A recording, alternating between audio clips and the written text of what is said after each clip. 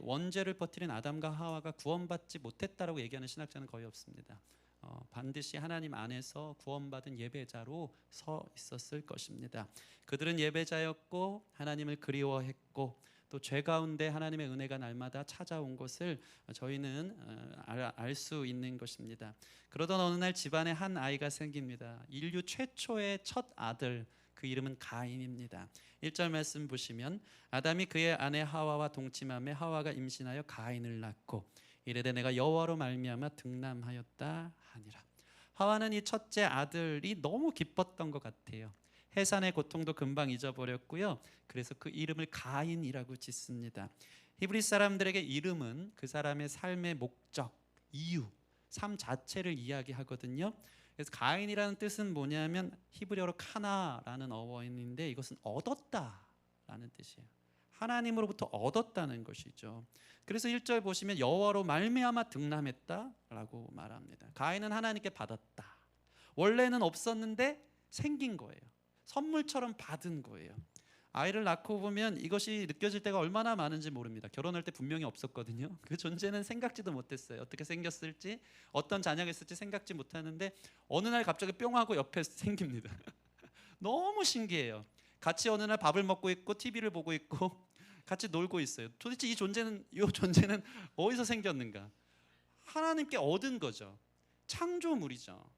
없었는데 마치 무에서 유가 되어진 것처럼 어느 날 갑자기 존재로 사람으로. 과학적으로 막 뭐 수정이 되고 이 안에서 임신이 돼서 착상이 돼서 난다 생각하지만 과학적 근거지 사실 수정되어지는 정자와 난자가 인간일 수는 없거든요. 그 모든 관계에서 이 온전한 사람으로 태어난다는 것 자체는 하나님으로부터 얻었다, 창조되었다 라고 우리가 이야기할 수 있는 것입니다.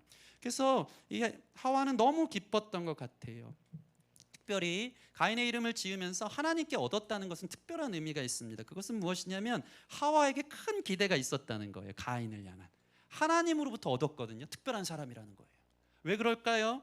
에덴에서 쫓겨날 때 아담과 하와는 하나님의 저주를 들었어요. 근데 그 저주 속에 기가 막힌 하나님의 한 구절 소망의 빛과 같은 이야기를 해주십니다. 그게 무엇이죠? 여자의 후손이 날 것인데 여자의 후손은 뱀의 머리를 상하게 할 것이라는 원시 복음인 창세기 3장 15절의 말씀을 하나님께서 은연중에 주셨지만 그것을 아담과 하와는 기가 막히게 새겨 들을 수밖에 없는 소망의 메시지였다는 것입니다. 그러니 슬픔 속에 절망 속에 태어난 이 아이가 하와가 볼 때는 하나님이 약속한 그 아이라고 생각할 수 있었던 것입니다. 여자의 후손, 나의 후손인 이 가인이 다시 한번 하나님으로부터 받은 저주로부터 이걸 끊고 다시 에덴으로 돌아가게 하는 뱀의 머리를, 원수를 해결하는 거룩한 구원자 같은 자가 아닐까 하는 기대감에 하나님께 얻었다, 하나님으로부터 온 특별한 선물이라고 이야기하는 것입니다. 하와가 자신이 잘못해서 남편 신세 망치고 선악과 주고 에덴에서 쫓겨났으니 얼마나 그 고생 속에 미안했겠어요. 근데 가인을 낳고 보니까 특별한 기대가 생긴 거. 이제 회복하시는구나, 이제 이 저주에서 이 아들을 통해 건지시는구나 생각한 겁니다. 그러나 여러분 아시는 것처럼 여인의 후손에서 나오는 구원자는 죄 없이 성령으로 잉태되어야 한다는 것을 하와와 아담은 몰랐을 것입니다. 가인은 그 의미에서 자격이 없었던 것이죠. 왜냐하면 이 성령으로 잉태되지 않은 죄인의 혈통에서 난 그 아들이었기 때문에 하나님께서 말씀하신 여인의 후손, 즉 성령으로 잉태됐지만 여인의 배에 난 죄 없이 태어난 예수 그리스도라는 사실을 아담과 하와는 몰랐던 것입니다. 가인에게 의미 부여를 했고, 그러나 가인은 자랄수록 성령으로 잉태된 죄 없이 태어난 아이가 아니기 때문에 죄인으로 태어나 죄된 모습만 보여주는 실망을 이루 말할 수 없는 모습을 가인의 첫째 아들의 모습에서 보았다는 것입니다. 아이가 자랄수록 하나님의 선물, 하나님께 얻었다고 생각했는데 실망의 연속인 거예요. 구원자라고 생각하기에는 그의 삶의 모습이 태어나면서 말을 배움과 동시에 거짓말을 하기 시작하고 두 손 가득 자기밖에 모르는 욕심 충만한 아이, 부모를 거역하기 시작하고 속이고 간교한 모습이 가인의 모습 속에서 보여짐을 통해서 아담과 하와는 실망한 것입니다. 여러분, 이것이 비단 가인 한 사람의 이야기일까요? 바로 우리의 이야기입니다. 태어나면서부터 죄로 점철된 인생이 저와 여러분 아닙니까? 죄인으로 태어난 우리 자신, 자기중심적 자아, 이기심과 욕심 충만한 자아, 책임 전가, 핑계, 정직하지 않은 모습, 마음의 미움과 증오와 분노, 남을 시기하고 질투하는 이 모습들 자체가 우리가 죄인으로 태어나 죄를 짓는 죄 덩어리라는 것을 폭로하고 있는 거예요. 아담과 하와는 큰 실망을 한 것입니다. 이상하다, 가인이 아니었네. 이 저주를 끊을 자가 그 여인의 후손이 내 아들 첫째가 아니었네. 그리고 나서 가인의 아우 아벨을 낳습니다. 그래서 그런지 아벨의 이름에 대한 설명은 오늘 본문에 없어요. 기대가 없는 거예요. 그냥 아벨입니다. 2절 말씀 보시면 그가 또 가인의 아우 아벨을 낳았는데, 더 이상 설명이 있습니까? 없어요. 가인은 하나님으로부터 얻은 특별한 여인의 후손 구원자라고 생각했지만 실망을 안겨주었고, 심지어 아벨의 이름 뜻이 무엇인지 아십니까? 공허함입니다. 텅 비었다, 허무하다. 애 낳고 보니까 별반 다를 거 없다. 우리는 죄의 역사, 죄의 연속에 이 일을 끊을 수 없는 쳇바퀴 도는 인생 속에 하나님의 저주는 계속될 것이다. 공허, 허무, 아벨의 이름 뜻은 먼지, 티끌 같은 존재예요. 완전히 실망해서 그 이름부터가 너무나도 비참하게 시작하는 거예요. 공허하다, 텅 비다, 불만족스럽다, 헛되다, 안개 같다. 물론 이 말씀은 앞으로 아벨이 젊어서 그의 젊은 나이에 형에게 맞아 죽을 비참한 짧은 인생을, 먼지와 같은 티끌과 같은 인생을 예표하기도 하지만 그 시작부터가 공허한 인생이라고 선언하고 있는 것입니다. 여러분, 이 정도를 생각하면 스토리가 딱 나와야 되는 것입니다. 보세요. 하나님의 선물 가인이 결국에는 인간은 실망스럽고 공허하고 헛된 먼지와 같은 아벨로 끝나는 존재라는 모습이 이 스토리로 이어지고 있는 것입니다.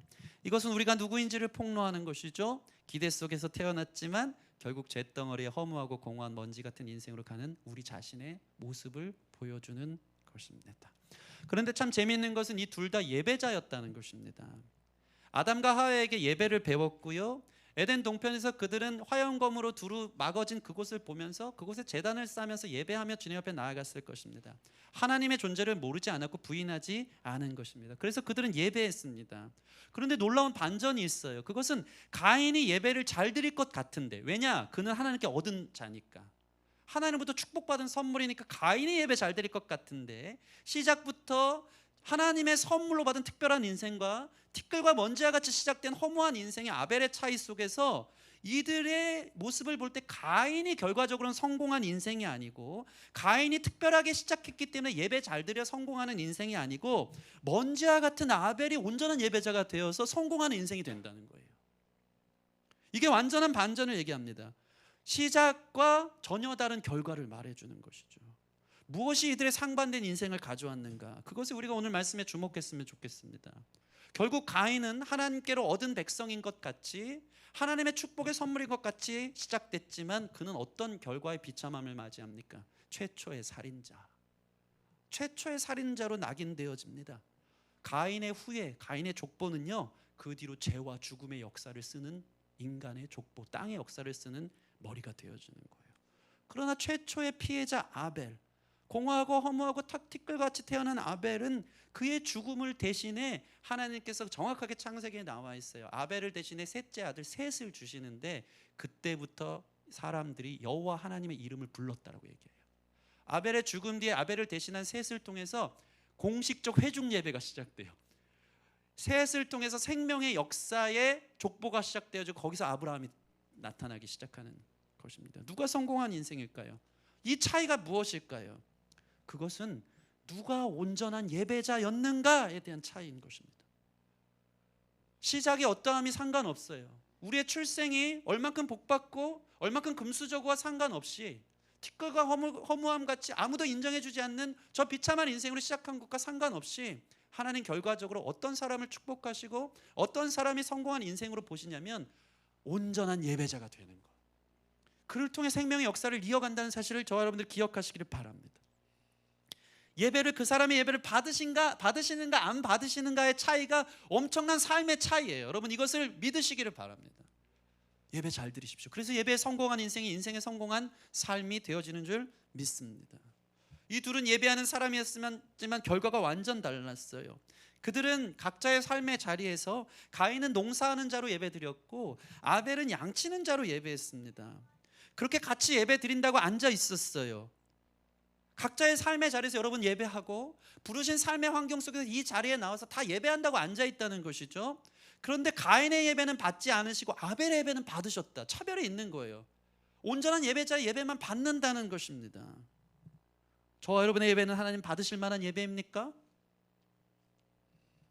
우리가 예배자로 사는 것, 예배자로 주님 앞에 받아지는 것, 연락되어지는 것이 얼마나 중요한 것인지. 우리 옆 사람 보면서 예배에 성공합시다. 한 번 더 인사하실 때 온전한 예배자가 됩시다. 그렇다면 우리는 이 궁금함을 갖고 하나님 앞에 말씀을 봐야 돼요. 그럼 하나님 받으시는 예배가 도대체 뭐죠? 내가 어떻게 하면 온전한 예배자가 될 수 있습니까? 이 사모함이 저와 여러분 가운데 있는 점 있습니다. 왜 아벨의 예배는 받고 가인의 예배는 받지 않았을까? 그 이유를 오늘 말씀 가운데 찾기는 사실 많이 난해합니다. 매우 모호합니다. 그래서 목사가 있는 줄 믿습니다. 많은 왜 아벨의 예배는 받고 가인의 예배는 받지 않았을까? 이 신학자들의 많은 의견이 분분해요. 구체적으로 적용되어 있지 않은 것 같아요. 그래서 일방적인 이것은 하나님의 주권이다라고 얘기하는 신학자들이 많습니다. 하나님 주권에 누구는 받고 하나님은 안 받는 하나님 마음이다라는 것이죠. 그 영역을 침범하지 말아라. 일면 맞는 부분이 있습니다. 모든 것이 하나님 주권임을 믿으시기 바랍니다. 그러나 가장 일반적인 견해 중 하나는 가인의 제사에는 피가 없었다고 얘기하는 사람들이 있어요. 농사이기 때문에 곡물을 드리지 않습니까? 피가 없었는데 아벨은 양을 죽여서 드려야 되기 때문에 피가 있었다라는 제사의 제물의 차이를 얘기합니다.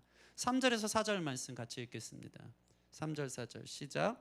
세월이 지난 후에 가인은 땅의 소산으로 제물을 삼아 여호와께 드렸고 아벨은 자기도 양의 첫 새끼와 그 기름으로 드렸더니 여호와께서 아벨과 그의 제물은 받으셨으나. 이 부분을 아주 심도 있게 보는 신학자들이 있어요. 가인은 땅의 소산을 드렸고 아벨은 양의 첫 새끼와 그 기름으로 드렸다. 아벨의 제물에는 양의 희생이 있었다. 그러나 가인은 땅의 곡식으로만 드렸다. 지난주 가죽 옷으로 시작되는 희생 제사의 모티브로 볼 때 정말 그럴싸한 견해 같습니다. 피 흘림 없이는 죄사함이 없기에 이 해석이 잘못된 해석은 아닙니다. 그러나 이 해석으로 우리가 가져가기에는 무리수가 있는 거예요. 왜 그렇습니까? 구약 제사에는요 곡식으로만 드리는 소제가 있거든요. 하나님 그 소제 기뻐 받으시거든요. 또 가인이 농사를 짓는 사람이니까 곡식으로 예배하는 건 당연해요. 자기의 것으로 드리는 것이거든요. 그러니까 아벨의 희생 제사의 의미를 부여해 양 잡았기 때문에 하나님이 받았다라고 이야기할 수 있지만 반대로 가인의 예배도 문제가 될 건 없는 거예요. 궁금하시죠? 그래서 오늘 본문에는요 중요한 게 있어요. 그들이 어떠한 제물을 드렸나에 초점을 맞추지 않습니다. 본문은 제물이 전부가 아니라는 것에 더 무게를 싣고 있어요. 예배를 받으시는 하나님께서 보시는 하나님의 기준은 제물이 아닙니다. 먼저 사람을 보신다는 것입니다. 그래서 오늘 4절 5절 말씀을 보면 정확하게 나와 있어요. 4절 여호와께서 누구와 누구의 제물을 받았다고요? 아벨과 그의 제물은 받으셨어요. 근데 5절 보면 가인과 그의 제물은 받지 않았다. 하나님 누굴 먼저 받아요? 제물 받기 전에 그 사람 자체, 그 존재, 그 중심, 그 중심에서 드려지는 제물이 어떠한지에 따라 하나님 받으시는 거예요. 제물만 받는 종교 행위, 치성을 드리고 지극정성을 들여서 내가 헌금 이만큼 내면 하나님 복 주시겠지. 그런 어떤 기계적이고 ATM 기계처럼 복 받기 위해서 내가 이만큼 헌신하고 이만큼 많은 물질 드리는 즉 하나님 받으시는 예배되니까 신이 복을 준다. 아니요. 기독교는 종교가 아니고 관계입니다. 하나님은 우리의 중심을 봐요. 그 중심이 없이 많은 재물 가지고 와도 하나님 안 받으세요. 그러나 그 중심을 먼저 보시는 거예요. 아벨과 그의 재물, 가인과 그의 재물. 놀라운 것은 그렇다면 우리 이렇게 생각할 수 있어요. 그러니까 재물이 중요하지 않고 그렇지 않아요. 항상 하는 얘기지만 우리의 내용은 형식에 담기거든요. 아벨은 중심이 있었기 때문에 그의 재물도 사실은 가인과 구별돼요. 가인은 땅의 소산만 드렸는데요. 아벨은 정확하게 얘기해요. 양의 첫 새끼와 기름으로 드렸다. 처음 것은 모든 것을 얘기해요. 그리고 기름은요 영어 성경을 보면 가장 최고의 좋은 부위를 골라서 드렸다는 의미예요. 왜요? 그 중심이 하나님을 사랑하니까. 하나님께 온전히 예배하고 싶은 마음이 있으니까 재물도 차별이 있는 거예요. 이 본문 볼 때 무슨 재물만 보면서 하나님 재물만 탓하고 양을 잡아서 피를 들여서, 요것도 사실은 이 가죽옷의 개념에서 볼 때 맞는 부분일 수 있는데 그게 전부가 아니고 더 중요한 관점은 그 사람 자체, 그 중심을 하나님이 보신다는 것입니다. 가인과 아벨의 차이는 분명히 여기 있었던 것입니다. 하나님은 우리의 중심을 살피시는 분이십니다. 내가 누구인지를 하나님이 먼저 보시기를 원하신다는 것입니다. 그래서 하나님께서 사실은 여기서 예배를 받으신다 하셨잖아요. 보시면 4절 5절 보시면 아벨과 그의 제물은 받으셨으나 할 때, 이것이 히브리어로 샤인데 살피신다는 거예요. 뭘 살펴요? 이거 정확하게 해서 그를 응시한다, 조사한다. 뭘 조사해요? 그의 마음을. 현미경으로 보듯이 그가 진짜 예배자인지 하나님이 살피시는 거예요. 살피셔서 그 존재 자체가 하나님 중심이 하나님 앞에 온전한 예배자가 될 때 하나님이 그 예배를 연락하신다는 것입니다. 그러니 여러분 자신이 누구인지 살피고 예배 드리는 저와 여러분 되었으면 좋겠습니다.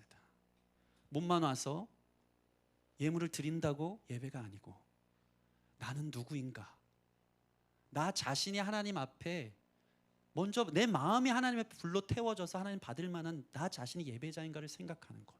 그러니까 더 쉽게 얘기해서 적용점 찾으면 꼭 그게 전부라고 생각하면 그거라도 했으면 좋겠는 게, 예배 전 20분 전이라도 일찍 와서 온라인 예배를 드려도 예배 드리기에 앞서, 내가 하나님 앞에 연락되는 이 예배의 시작에 앞서 20분 전이라도 앞서 나는 누구인가, 나 자신을 돌아보고 내가 하나님 이 마음 중심에 하나님 받으실 만한 예배자인가, 하나님을 사랑하는가, 하나님만 경배하는가에 대한 자기 자신을 성찰하는 시간이 반드시 필요해요. 그리고 나서 예배 드려야지 하나님 그 제물도 받으시고 우리도 받으시는 거예요. 여러분의 시간을 떼어 하나님 앞에 일주일 동안 나는 누구로 살았는가를 드리고자 하는 예배 전 진짜 예배를 드릴 수 있는 저와 여러분들이 되었으면 좋겠습니다. 그렇다면 오늘 아벨의 마음이 어떠했기에 하나님께서 그의 예배를 연락하셨는가? 이것이 오늘 말씀의 요지가 돼요. 나 자신을 드린다고 하잖아요. 그럼 내가 어떤 마음 자세여야 되는지에 대해서 우리가 같이 한번 상고하는 시간 갖겠습니다. 그 유일한 단서를 히브리서 기자가 보여주고 있습니다. 히브리서 11장 4절 말씀 앞에 있습니다. 찾을 분 찾으시고 같이 앞에 보시면서 읽겠습니다. 히브리서 11장 4절 시작. 믿음으로 아벨은 가인보다 더 나은 제사를 하나님께 드림으로 의로운 자라 하는 증거를 얻었으니 하나님이 그 예물에 대하여 증언하심이라. 그가 죽었으나 그 믿음으로써 지금도 말하느니라. 정확하게 나온 수식어가 있어요. 그게 뭐죠? 아벨은 무엇으로 예배를 드렸다고요? 믿음으로. 따라합시다. 믿음으로. 하나님 중심을 보시는데 그 중심에 믿음이 있는지 없는지를 보시는 거예요. 믿음으로 아벨은 가인보다 더 나은 제사를 드려서 하나님으로부터 의로운 자라 칭함을 받은 것입니다. 아벨은 믿음으로 나아간 사람이었어요. 믿음으로 의로운 자라는 증거를 얻었어요. 그의 중심이 죄인된 자기였지만 믿음으로 하나님의 은혜, 하나님의 덮으심, 가죽옷으로 덮으시는 그 사랑이 아니고는 나는 예배할 수 없다, 의로워질 수 없다, 거룩하신 하나님 앞에 나아갈 수 없다라는 그 믿음으로 나아갔기 때문에 하나님은 그의 예배를 의롭다 하시고 받아주셨다는 것입니다. 믿음으로 그는 자신이 죄인이 아닌 예수님의 보혈이 덮어진 거룩한 의인으로 하나님 앞에 나아갈 수 있다는 사실을 기억하고 주님 앞에 나아갔다는 것입니다. 여러분, 누가 하나님이 받으실 만한 예배를 드릴까요? 믿음으로 나가는 사람입니다. 나의 행위가 아닌 자신의 믿음입니다. 행위로 우리는 의로울 수가 없어요. 하나님 거룩하시고 완전하신 분이기 때문에 하나님 앞에 나올 때 우리의 행위로는 도저히 그분의 발끝만큼도 따라갈 수 없어요. 받지 않으세요. 죄로 점철됐기 때문에. 그럼 우리의 죄를 무엇으로 덮어야 됩니까? 믿음으로 예수님의 보혈의 옷을 입은 자. 예수님 때문에 내가 나아갑니다. 예수님 은혜가 아니면 난 살 수 없습니다. 그 믿음으로 나아가는 자를 하나님이 의롭다 여기셔서 하나님 만나 주신다는 것입니다. 그래서 우리 중심에 예수 그리스도를 옷 입고 예배 가운데 나오는 것이 얼마나 중요한지 모릅니다. 어저께 저희 첫째 아들 승리가 목욕을 하고 나왔습니다. 빨개 벗고 나왔죠. 지난주 말씀을 저한테 기억하더라고요. 너무 우리 아이가 얼마나 성령 충만한지. 그래서 제가 그 자리에서 바로 현장 지난주 말씀을 복습 교육을 시작했습니다. 이렇게 물어보는 거예요. 아빠 벌거벗었는데 우리 가족은 왜 부끄러워하지 않아? 자기가 빨개 벗고 나와놓고 부끄럽지가 않았나 봐요. 지난주에 벌거벗으면 부끄럽다고 했잖아 하는 거예요. 그래서 제가 그랬어요. 우린 가족이라 그래. 근데 이 친구가 너무 똑똑해요. 근데 아담과 하와 가족인데 왜 서로 부끄러워해서 가렸냐 이거죠. 고차원적이었어요. 너무 어려웠어. 9살에게 맞게끔 제가 이거 어떻게 설명해야 되나. 딱 얘기했어요. 그 9살 아이의 언어로 맞게. 맞아. 벌거벗어서 부끄러워하지 않지만 사실 그것은 우리의 겉모습만 얘기하는 게 아니야. 우리 마음속까지 말하는 거야. 만약에 아빠가 승리 지금 벌거벗었지만 그 마음속까지 다 본다면 승리 부끄럽겠어 안 부끄럽겠어? 라고 제가 물어봤어요. 승리 아빠 몰래 나쁜 생각한 거, 아빠 몰래 안 되는 생각한 거, 아빠 몰래 거짓말한 거, 동생 미워한 거 아빠가 다 한다고 생각해봐. 그거 다 까발려져서 다 벌거벗겨진 것처럼 본다고 생각해봐. 부끄러워 안 부끄러워? 했어요. 그랬더니 승리가요 갑자기 자기 살을 꼬집으면서 부끄러워, 진짜 말도 안 돼, 보지마 막 이러면서 너무 부끄러워하는 거예요. 마치 저는 모르거든요. 승리가 거짓말한 거 몰라요. 모르고 동생을 얼마큼 미워했는지도 모르고 우리 승리가 저 몰래 뭐 나쁜 생각 얼마큼 했는지 몰라요. 네. 근데 만약에 제가 그 마음속까지 꿰뚫어 본다면 승리가 그러는 거야. 너무 부끄러워. 아빠 안 봤으면 좋겠어. 자기 부끄러움을 그제서야 가리고 싶어 하더라고요. 그래서 제가 그랬어요. 우리는 하나님 앞에서는 다 부끄러운 존재야. 사람들 앞에서는 무화과 나뭇잎으로 사람들 눈 속여서 괜찮은 척하지만 하나님 앞에서는 못 속여. 우리는 하나님 앞에서는 부끄러운 존재야. 그래서 가죽옷 입어야 해. 그래야 하나님 의롭다 여겨주셔 하면서 지난주 설교를 복습했어요. 여러분, 하나님이 보신다는 거예요. 그 중심을 살피신다는 거예요. 하나님 보시는데 하나님 앞에 우리의 어떠한 행위로 설 수 있는 사람이 있을까요? 우린 다 부끄러운 존재예요. 행위로 의로울 사람이 없습니다. 그래서 예수 그리스도의 가죽옷을 입어야 되는 것입니다. 믿음으로 이 옷은 입을 수 있어요. 행위의 무화과 나뭇잎이 아니고 예수로 옷 입으면 내가 의롭다 여겨지기에 하나님 앞에 담대히 나아갈 수 있다는 그 믿음, 그 믿음이 바로 받으실 만한 온전한 예배자의 믿음이라는 것입니다. 이 믿음만이 구원을 위한 믿음이에요. 이렇게 구원받은 사람이, 믿음으로 구원받은 사람이 온전한 예배자가 되는 것입니다. 그래서 항상 하는 얘기지만 참된 예배는 예수 그리스도의 보혈로 덮어진 구원받은 사람이 예배할 수 있는 거예요. 죄인이지만, 여전히 죄인으로 살지만 예수 그리스도로 옷 입혀진 나를 의롭다 칭해 주시는 그 믿음으로 우리는 진정한 예배자가 될 수 있다는 것입니다. 에베소서 2장 8절에서 9절 말씀, 에베소서 2장 8절 같이 읽겠습니다. 시작. 너희는 그 은혜에 의하여 믿음으로 말미암아 구원을 받았으니 이것은 너희에게서 난 것이 아니요 하나님의 선물이라. 행위에서 난 것이 아니니 이는 누구든지 자랑하지 못하게 함이라. 아멘. 이 믿음은 구원을 받게 하는 믿음이에요. 한번 말씀 띄워주세요. 이 믿음은 이 믿음으로 말미암아 구원을 받게 해요. 그러면 이 믿음은 어떻게 받습니까? 이 말씀 보면 그 은혜로, 하나님의 선물로 받는 것입니다. 여러분이 믿음을 하나님의 은혜로 구원의 선물로 받아 이 자리에 있는 줄 믿습니다. 예수님의 옷을 입고 이 자리에 있는 것입니다. 그래서 가만히 생각해 보니까 반대로 가인의 예배가 온전한 예배가 아니었던 것은 뭐냐면, 가인은 한 번도 하나님 앞에 십자가, 예수 그리스도의 십자가 앞에 선 적이 없는 예배를 드렸다는 것입니다. 자신이 죄인이고 중심을 보시는 하나님 앞에 얼마나 부끄러운 존재인지를 인정하지 않고 그저 형식적 재물만 가지고 주님 앞에 오면 하나님 받으실 만한 예배자가 됐다라고 착각한 거예요. 십자가 앞에 서서 자기의 죄가 폭로되고 하나님 앞에 설 수 없는 부끄러운 죄인이라는 사실, 그러나 그러한 자신을 사랑하사 예수님의 피의 공로로 구원하신 놀라운 은혜와 사랑, 그 감격에 부딪힘 없이 그저 내 몸만 와서 제물만 드리는 것이 예배라고 생각했기 때문에 하나님은 그 예배를 진짜 예배로 받지 않으셨다는 것입니다. 여러분은 교회를 왜 다닙니까? 이 자리에 왜 있습니까? 한 번도 십자가 앞에 진지한 회개가 없었고 내가 얼마나 큰 죄인인지에 대한 부딪힘이 없었고 믿음으로 구원이 하나님께서 주신 선물인 것을 믿고 담대히 나아가서 그 감격과 은혜 없이, 그 기쁨 없이 우리를 예배자라고 할 수 있겠습니까? 예배를 왜 나오냐 이 말입니다. 뭐가 좋아서 교회 다니십니까? 주일에 빠진 적도 없고 예배 시간도 잘 지켰고 헌금도 잘했지만 더 중요한 것은 무엇입니까? 십자가 앞에 믿음으로 서는 것입니다. 용납받을 수 없는 부끄러운 나 죄인을 하나님께서 의인이라 칭해 주신 그 믿음으로 서는 것, 그것이 바로 하나님 받으시는 온전한 예배자인 줄 믿습니다. 가끔 교회 다니는 사람들에게 물어봅니다. 교회 왜 다니니? 사람들이 좋아서요. 교회가 재밌어요. 심지어는 밥이 맛있어서요 하는 사람들이 있어요. 그게 예배드리러 오는 사람들의 전부라면 미안한 말이지만 세상 가서 찾으세요. 예배는 구원받은 감격이 있는 사람이 드리는 특권인 줄 믿습니다.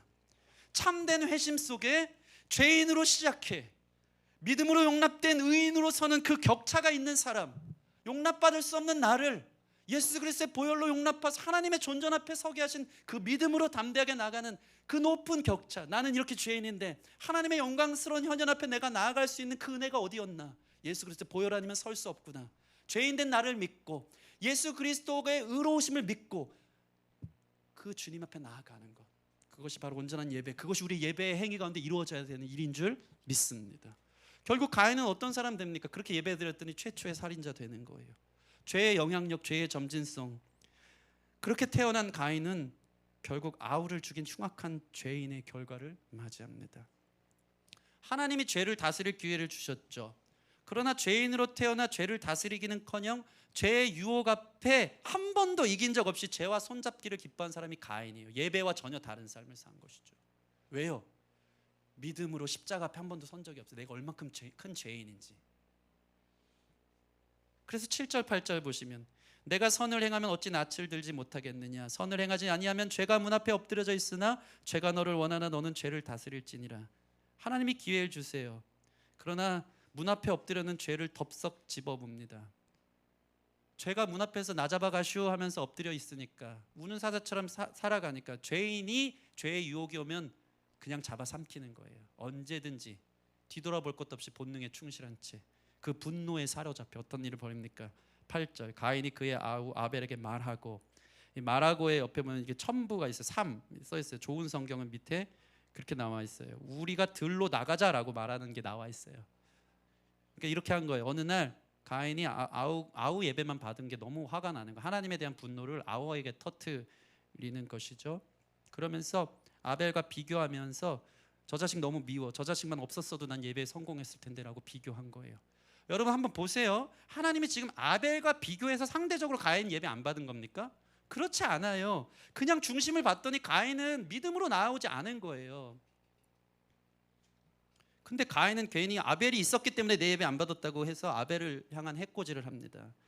그래서 그 죄가 극대화돼서 잔인하게 동생을 죽일 때 잠깐 들러 나올래 해놓고 성경이 기가 막히게 적나라하게 잔인하게 표현하죠. 그의 아우 아벨을 어떻게 해요? 쳐 죽이니라. 죽을 때까지 친 거예요. 죽을 때까지 분노를 터뜨리면서 그 극대화된 폭력 속에서 죄의 괴물이 돼서 죽어, 너 때문에 이러고 있는 거예요. 성경은 이 사실을 얘기합니다. 요한일서 3장 12절 말씀. 그가 어떤 사람이었는지를 얘기해줘요. 같이 읽겠습니다. 시작. 가인같이 하지 말라. 그는 악한 자에게 속하여 그 아우를 죽였으니 어떤 이유로 죽였느냐. 자기의 행위는 악하고 그의 아우의 행위는 의로움이라. 여기서 보세요. 잘 보시면 그가 아우를 죽여서 악한 자입니까? 말씀 띄워주시면 악한 자였기 때문에 아우를 죽였습니까? 악한 자에게 속했기 때문에 아우를 죽인 거예요. 그는 악한 자였어요.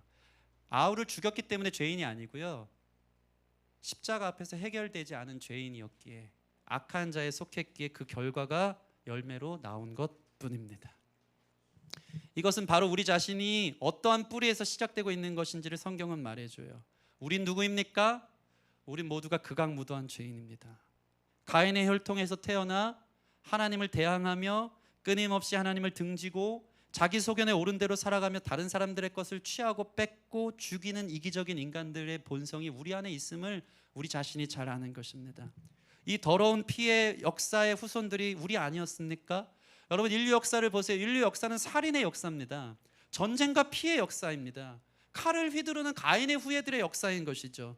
세상의 분노와 폭력과 탐욕으로 점철된 마귀 광장을 만든 것, 의로운 약자들은 언제나 역사 속에서 피를 흘려가는 것을 보게 됩니다. 안개와 같이, 티끌과 같이 아벨처럼 죽어가는 현장 속에, 마귀의 강정 속에 이 죄가 들끓는 사회는 폭력이 극대화해서 사람을 죽이며 전쟁을 만들고 살인하는 일들이 가인의 후예들의 모습 속에서 나타나는 역사인 것입니다.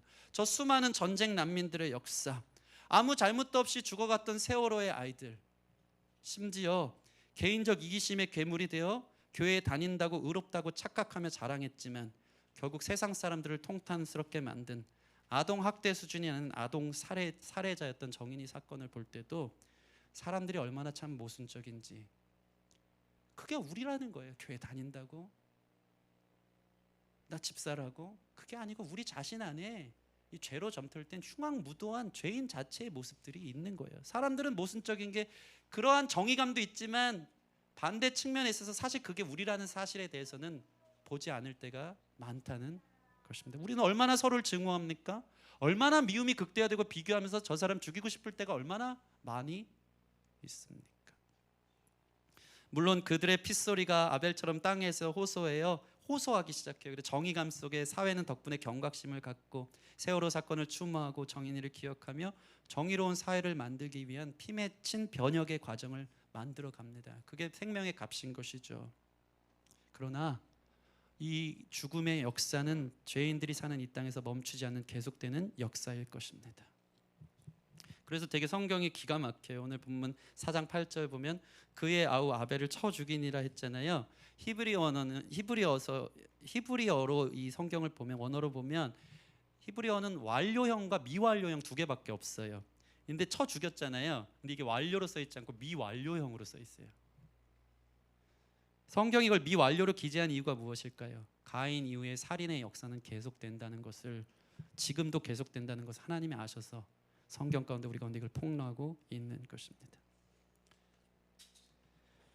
그런 우리가, 죄된 우리가 폭로되어지고 그런 우리가 하나님 앞에 받아질 수 있는 유일한, 예배자로 설 수 있는 유일한 근거는 바로 믿음밖에 없는 거예요. 행위가 아닌 믿음.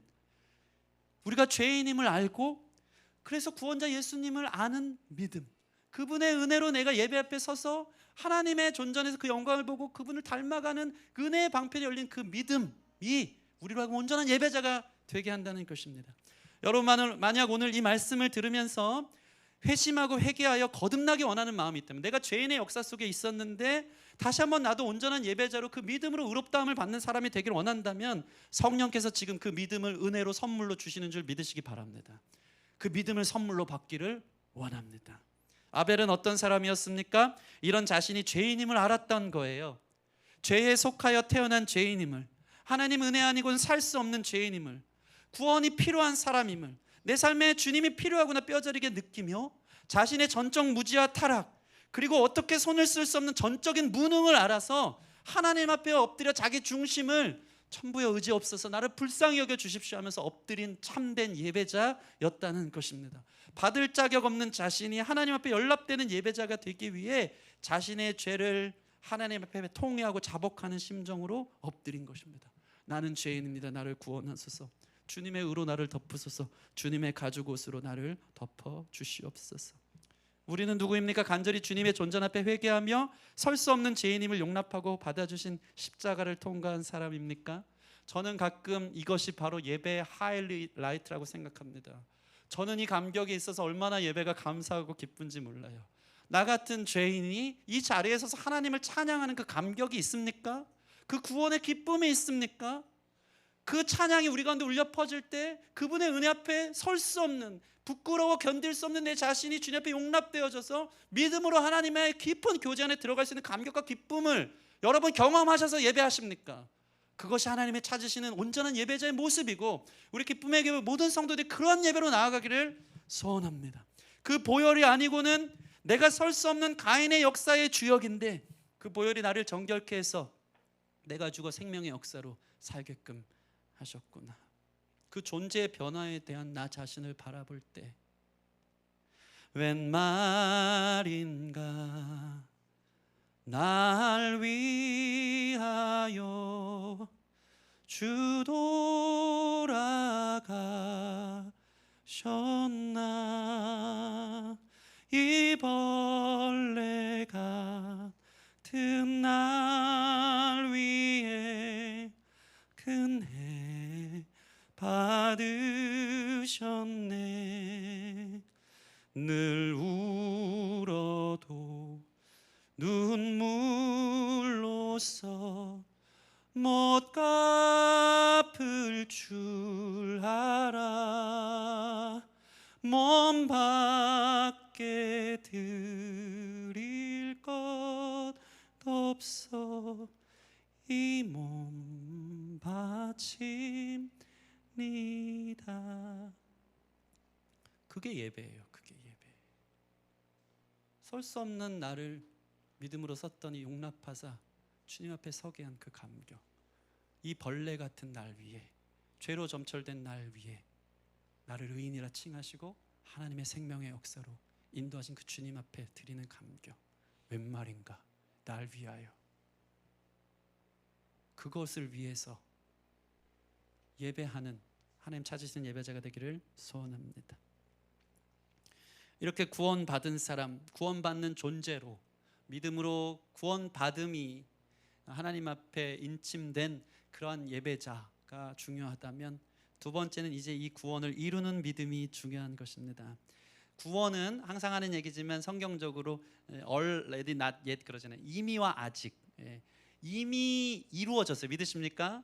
그러나 우리는 아직 이루어지지 않았어요. 왜냐하면 우리의 몸은 여전히 육체를 입고 살기 때문에 죄덩어리고 평생 회개해야 되는 존재죠. 그래서 예수님께서도 그렇게 말씀하셔요. 너희가 온전히 다 깨끗하나 다는 아니다. 발은 씻어야 된다. 한 주 동안 세상을 살다 보면 구원받은 사람으로 살지만 여전히 우리는 발을 땅에, 죄된 땅에 딛고 살면서 어떻게 됩니까? 우리 죄가 발에 묻어서 더러워지죠. 예배 때마다 구원을 이루는 믿음이 필요한 거예요. 구원받은 사람이 예배하면서 또 예배 드리면서 더 온전한 구원, 이게 필요한 거예요. 그래서 하나님은 우리를 부르실 때 가장 원론적으로 예배자로 부르셨다는 게 중심에 있어야 돼요. 신자도 중요하고 성도도 중요하지만 그 중심에 예배자가 되어야 되는 거예요.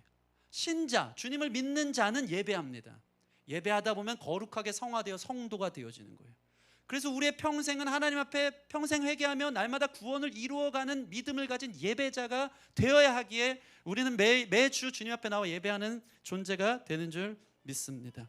이것도 믿음이 필요한 것입니다. 히브리서 11장 6절 말씀 같이 읽겠습니다. 히브리서 11장 6절 시작. 믿음이 없이는 하나님을 기쁘시게 하지 못하나니 하나님께 나아가는 자는 반드시 그가 계신 것과 또한 그가 자기를 찾는 자들에게 상 주시는 이심을 믿어야 할지니라. 너무 히브리서는 믿음장, 11장이 믿음장인데 제가 성경 보면서 너무 이렇게 참 재밌어요. 성경을 묵상하는 게 정말 깊고 오묘한 게, 아까 이 아벨의 제사는 11장 4절이었어요. 5절에는 에녹이 하나님과 동행하는 장면에 믿음이 나와요. 그리고 바로 방금 읽은 6절이 믿음이 없이는 하나님을 기쁘시게 하지 못하나니가 나와요. 다시 얘기해서 아벨의 구원을 받는 믿음, 그리고 주님과 동행하며 믿음으로 하나님 앞에 나아가 구원을 이루는 믿음의 점진성이 이 본문 안에도 나와 있는 거예요. 그래서 한번 믿은 사람, 회심한 사람은 날마다 회개하기 위해 주님의 예배 앞에 구원을 이루는 자로 세워지는 것이 얼마나 중요한지 모릅니다.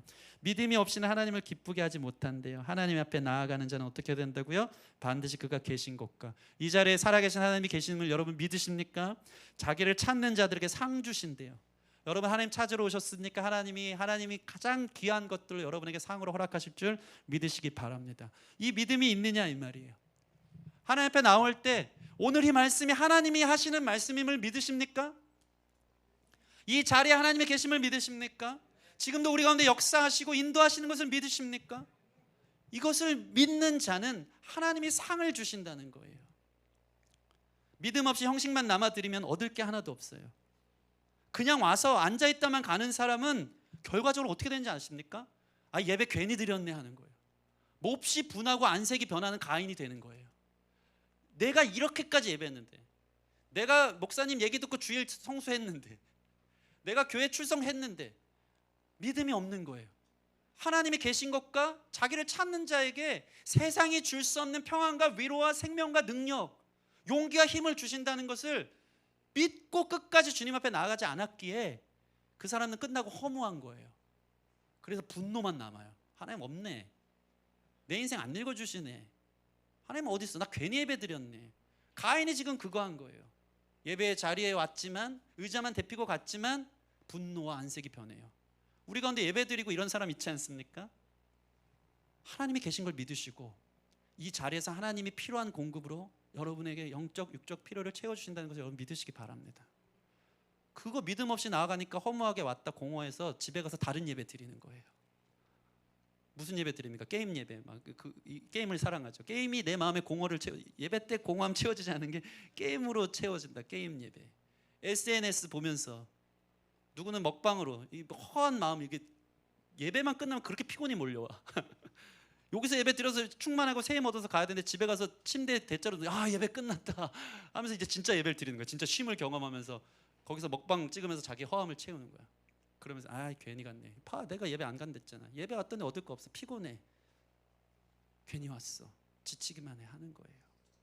믿음으로 나아가서 구원을 이루는 하나님의 놀라운 채우심을 경험하는 그러한 예배를 날마다 맛보고 경험하는 우리 귀한 성도님들 되어지기를 소원합니다. 빌립보서 2장 12절 말씀 같이 읽겠습니다. 빌립보서 2장 12절 시작. 그러므로 나의 사랑하는 자들아 너희가 나 있을 때뿐 아니라 더욱 지금도 항상 복종하여 두렵고 떨림으로 구원을 이루라. 따라해 보겠습니다. 구원을 이루라. 이 구원을 이루라는 현재 진행형이에요. 구원은 계속해서 이룬다는 것입니다. 죄의 문제를 한번 해결했다면 예배 때 나올 때마다 특별히 이룬다는 표현은 뭐냐면 하던 운동을 계속하라는 표현이 있어요. 다시 얘기해서 예배를 멈추면 안 돼요. 구원을 이루어가는 거예요. 특별히 이 구원을 이루다는 것은 보석을 캐는 것과 같은 의미가 있어요. 하나님 앞에 나와 믿음으로 하나님을 찾는 자는 보석과 같은 하나님을 발견하는 거예요. 그 안에서 충전되고 채워져서 세상이 줄 수 없는 은혜를 경험하여 힘있게 돌아가는 것. 그러면서 날마다 보석과 같이 주님을 만나고 보석과 같이 자기가 빚어지며 영광스러운 예배자가 되어진다는 것입니다. 디모데후서 3장 14, 17절 같이 읽겠습니다. 시작. 그러나 너는 배우고 확실한 일에 거하라. 너는 내가 누구에게 배운 것을 알며 또 어려서부터 성경을 알았나니 성경은 능히 너로 하여금 그리스도 예수 안에 있는 믿음으로 말미암아 구원에 이르는 지혜가 있게 하느니라. 모든 성경은 하나님의 감동으로 된 것으로 교훈과 책망과 바르게 함과 의로 교육하기에 유익하니 이는 하나님의 사람으로 온전하게 하며 모든 선한 일을 행할 능력을 갖추게 하려 함이라. 아멘, 아멘, 할렐루야. 이 말씀이 기가 막히지 않습니까? 말씀 띄워주시면 너는 배우고 확실한 일에 거하라. 너는 내가 누구에게 배운 것을 알며 어려서부터 뭘 알아요? 성경을 알았는데 성경에 어떤 능력이 있습니까? 예수 안에 있는 믿음으로 말미암아 구원에 이르는 지혜가 있게 하느니라. 말씀 가운데 주의 성경을 목사님이 풀어주고 말씀을 들을 때 믿음으로 말미암아 우리는 구원에 이르는 지혜가 있어요. 왜? 성경은 우리로 하여금 하나님의 감동으로 전달되기 때문에 우리로 교훈과 책망과 바르게 함과 의로 교육하기에 유익하게 하여서 결과적으로 어떤 일이 벌어진가? 17절 같이 읽겠습니다. 이는 하나님의 사람으로 온전하게 하며 모든 선한 일을 행할 능력을 갖추게 하려 함이라. 아멘. 우리가 그럼 온전한 예배자가 되게 한다는 것입니다. 저도 말씀을 묵상하고 준비하다 보면요, 사실 이 구절들이 몰라요. 목회자가 막 이렇게 움직이는 성경 사전처럼 이거 하면 이거 탁탁 그러길 바랍니다. 성령 충만해서. 근데 준비하다 보면 언뜻 성령님께서 주시는 마음으로 체크해서 그게 어디 본문이었던 것 같은데 우리의 구원을 잘하게 하는 믿음? 성경의 감동이지 하면서 그 구절 찾았는데요. 그 구절의 앞구절 뒷구절이 더 은혜가 되니까 이렇게 길게 나온 거예요. 오늘 주제 말씀대로 하나님이 가르쳐 주시는 거예요. 구원에 이르는 믿음은 결과적으로 우리로 하여금 온전하게 자라게 한다. 그것이 바로 예배 가운데 누려야 되는 하나님이 주시는 놀라운 영적인 양식이 되어진다는 것입니다. 말씀을 마치겠습니다. 오늘 본문에 마지막으로 매우 흥미롭고 또 유의미한 구절이 있습니다. 오늘 본문 3절 보시면 3절 예배 결국을 얘기하는데요. 3절 제가 읽겠습니다. 세월이 지난 후에 라고 나옵니다. 같이 읽겠습니다. 시작. 세월이 지난 후에. 여러분 이 구절에 우리가 주목했으면 좋겠습니다. 도대체 어떤 세월이 지난 후에 아벨과 가인이 예배했는가? 한 달 지나고 예배했나? 1년 지나고 예배했나? 아니면 40년쯤 지나고 예배했나? 궁금할 거예요. 히브리어는 이것을 세 토막으로 나눠요. 세월은 욤이라고 하는 게 날이에요. 날. 어떤 특정한 날. 특정한 날이에요. 그리고 지난이라는 것은 캐치, 뭐뭐 후에라는 것인데 모든 것이 지난 후에라는 의미가 있는 거예요. 그러니까 모든 것이 지난 어떤 날. 세월이 지난 후에라는 것은 뭐냐면 모든 시간이 지난 열매를 들고 있는 것, 열매를 들고 있음을 얘기하고 있습니다. 후에는 하야인데 달성되다, 결과가 나오다, 성적표를 받는다는 뜻이에요. 다시 얘기해서 세월이 지난 후에라는 것은 뭐냐면 나의 특별한 날, 모든 것이 지나 성적표를 받는 날 예배한다는 거예요. 아벨과 가인이 예배 드렸어요. 물론 성경적 이 흐름으로 볼 때는 이들이 농사의 열매를 드리는 1년이 지난 후쯤 되겠죠.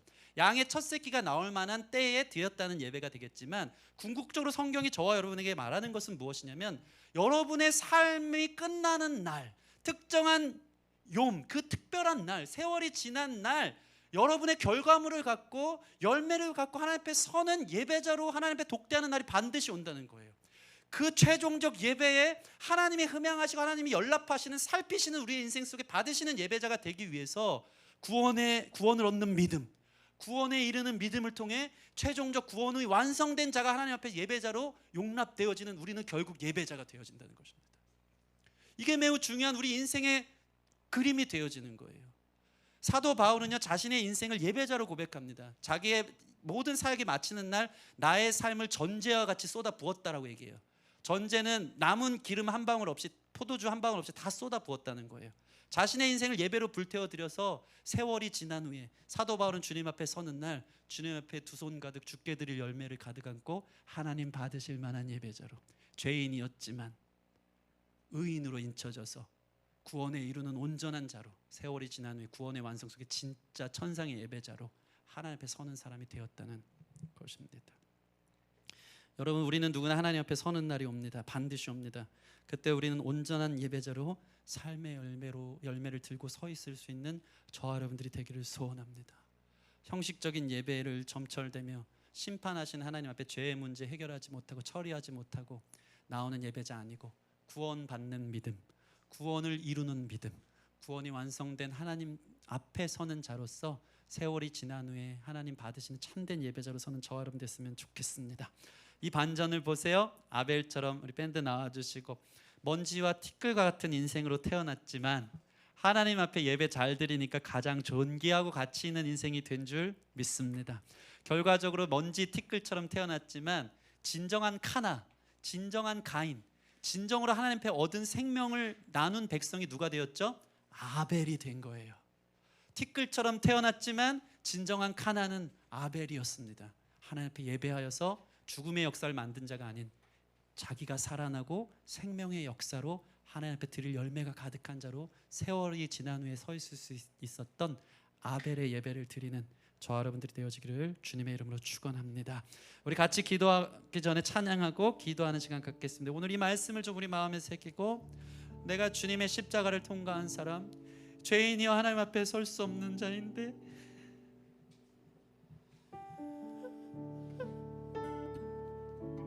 죄로 점철된 부끄러운 우리 마음으로 살아가는 나가 거룩한 하나님의 존전 앞에 설 수 있었던 믿음 주심, 그 은혜 주심, 그 선물 주심이 나로 하나님 앞에 용납되어져 이제 구원을 이루어 가시는 믿음으로 날마다 예배 앞에 내가 누구인지 보게 하시고 성화되게 하사 마침내 생명을 낳는 세월이 지난 후에 하나님 기뻐하시는 예배자로 설 날을 기대하며, 우리 같이 이 찬양하며 주님 찾으시는 예배자, 형식과 재물과 의무만 남아 안색이 변하고 분노만 남고 괜히 예배 드렸다 하나님 앞에 거래했던 예배자의 모습들 내려놓고, 죄인된 내가 완전히 해결되어 예수 그리스도 앞에 용납되는 온전한 예배자로 세워지길 원하는 마음으로 그 한 사람 찾는 예배자 되게 되길 원합니다 하는 마음으로 이 찬양하고 같이 기도하는 시간 갖겠습니다.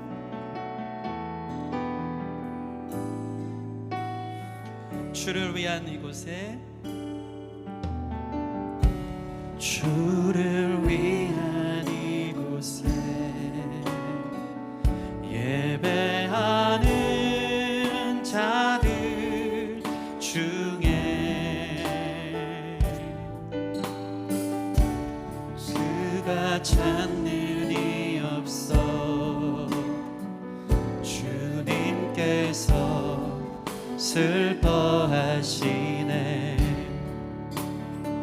주님이 찾으시네, 주님이 찾으시네 그 한 사람, 그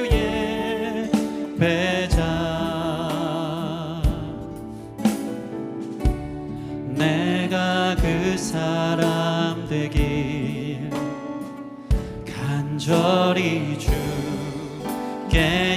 예배하네. 주 은혜로 주 은혜로 이곳에 서 있네. 주 임재에 엎드려 절하네.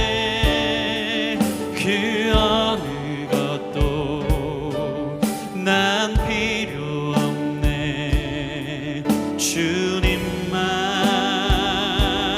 경배해. 주 은혜로 이곳에 서 있네. 주 임재에 엎드려 절하네. 그 어느 것도 난 필요 없네. 주님만 주 은혜로 이곳에 서 있네. 주 은혜로 이곳에 서 있네. 주 임재에 엎드려 절하네. 그 어느 것도 난 필요 없네. 주님만 경배해. 주 은혜로 이곳에 서 있네. 주 임재에 엎드려 절하네. 그 어느 난 필요 없네. 주님만 경배. 우리 말씀 생각하면서 같이 기도할 때 사실 저의 진짜 예배는 말씀 준비하다가 이 마음이 이 말씀이 믿음으로 저한테 확 다가오면 그 홀로 드리는 예배의 자리에서 정말 울면서 웬 말인가 날 위하여 주 돌아가셨나. 이 벌레와 같은 내 자신이 주님 앞에 빛 가운데 드러나고 주님 앞에 설 수 없는 내가 예수 그리스도를 믿게 하사 그로 인하여 하나님 앞에 나아가 구원받게 하시고 구원에 이르게 하시고 영원한 생명에 동참하게 하사 세월이 지난 후에 하나님 앞에 보란듯이 참된 예배자로 서게 되는 것을 꿈꾸는 것. 여러분, 이곳이 이 예배가 오늘 지금 기도하는 시간이 그런 자리가 되어졌으면 좋겠지만 또 그러길 소원합니다. 그러나 여러분의 삶의 자리에서 깊이 성찰하세요. 상고하세요. 나는 누구였고 그저 가인의 후예를 따라 그저 살인과 살육과 미움과 증오와 질투와 욕심과 이기심이 난무하는 삶 가운데 십자가를 한 번도 통관 없이 그 부딪힘 없이 난 괜찮은 사람인 것처럼 예배자에 나와서 형식적으로 예배 드리다가 결국 세월 지난 후에 하나님 받으시는 예배자가 아니었음을 경험하게 된다면 얼마나 비참한 인생이겠습니까? 예수님 믿는 믿음 나에게도 주시옵소서. 하나님을 기쁘시게 할 수 있는 믿음 나에게도 주십시오. 이 시간 주사 그 믿음으로 용납되어져 하나님 앞에 나아가 구원에 이르는 믿음, 구원이 완성되어 주님 앞에 서는 믿음 허락하여 주시옵소서. 우리 같이 오늘 말씀 생각하며 좀 우리 자신을 좀 주님 앞에 올려드리며 회개하며 기도하는 시간 갖겠습니다. 함께 기도하며 나아가십시다. 하나님 도와주세요. 자유케 하여 주시옵소서. 자유케 하여 주시옵소서. 새롭게 하여 주시옵소서. 보혈을 지나 하나님 곁에 나아갑니다. 용납받을 수 없는 죄인 아버지의 분노와 이기심과 죄와 질투와 미움과 폭력과 아버지 모든 더러운 것들로 접절된 우리 자신이 아버지 예배드리는 곳에 서 있을 수 없기에 오직 주님 받으시는 예배는 예수 그리스도의 보혈을 믿는 믿음으로 아버지 그런 자가 의롭다 칭함받아 하나님 앞에 서고 그 주님의 영광, 생명, 능력, 은혜, 부요함, 채우심, 충만, 깨끗게 하심, 거룩해 하심, 정결케 하심, 화목케 하심, 평강 아버지 그 은혜가 우리 가운데 쏟아져 부어져 구원에 이르는 자로 회개하며 발을 씻어 다시 한번 예배자로서 세월이 지난 후에 하나님 예배자로 연락받는 참된 전제와 같이 쏟아부는 예배자들 줄 믿사오니 아버지 온전한 예배자 되게 하여 주십시오. 감격 있는 예배자 되게 하여 주십시오. 눈물 있는 예배자 되게 하여 주십시오. 회개하는 예배자 되게 하여 주십시오.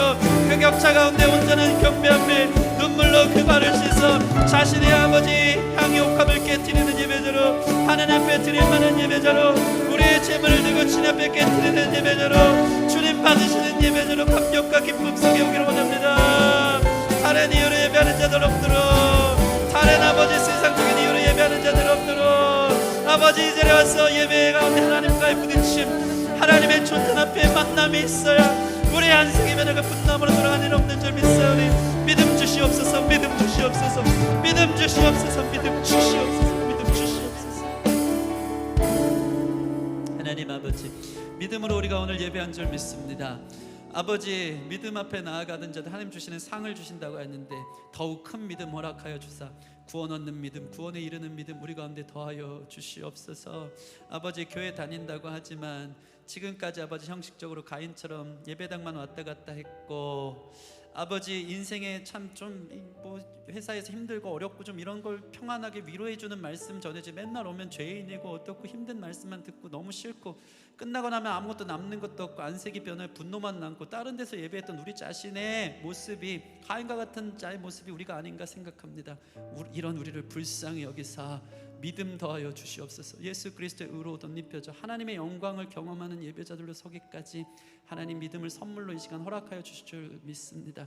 죄인임을 알게 하시고 주님 앞에 설 수 없는 죄인에게 우리를 위해 십자가 달려 죽으신 예수 그리스도의 보혈이 우리를 거룩하고 정결케 하사 주님 앞에 나아가게 하신 그 믿음 갖고 서는 자들 되게 하여 주사 진짜 생명의 역사 이끌어가는 아벨의 제사, 삶 전체가 하나님 받으실 만한 전제와 같이 쏟아지는 예배가 되어서 세월 지난 후에 심판대 앞에 서는 것 아니고 열매를 두고 하나님 앞에 기쁨으로 서는 온전한 예배자들 될 수 있도록 주님 축복하여 주시옵소서.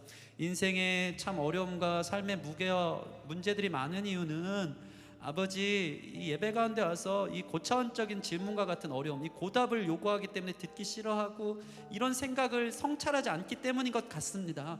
우리 자신이 누구인지, 어디로부터 와서 어디로 가야 하며 우리가 어떤 자로 부름받았는지에 대한 이 고답을 요구하는 이 말씀 가운데 전쟁과 같이 주님께서 상 주심을 믿고 믿음으로 고찰하여 주님 앞에 나아가는 자들 안에 하나님의 놀라운 은혜, 그로 인해서 우리의 삶의 무거운 짐들이 덜어지고 하나님께서 주신 자유와 평강으로 우리 삶이 온전한 예배자로 서가는 줄 믿사오니 예배 때마다 씨름하는 자들 되게 하여 주십시오. 나는 누구인지 바라보게 하여 주시고 그 은혜가 얼마나 큰지 바라볼 수 있도록 씨름하는 자들 주님 안에서 답을 얻고 기쁨 가운데 더 이상 다른 것 채워짐 바라지 않고 하나님의 충만한 은혜 가운데 돌아가는 예배 되는 줄 믿사오니 우리 강남 기쁨의 교회 예배 모든 예배가 그러한 예배 되게 하여 주시옵소서. 감사함이 예수님 이름으로 기도합니다. 아멘.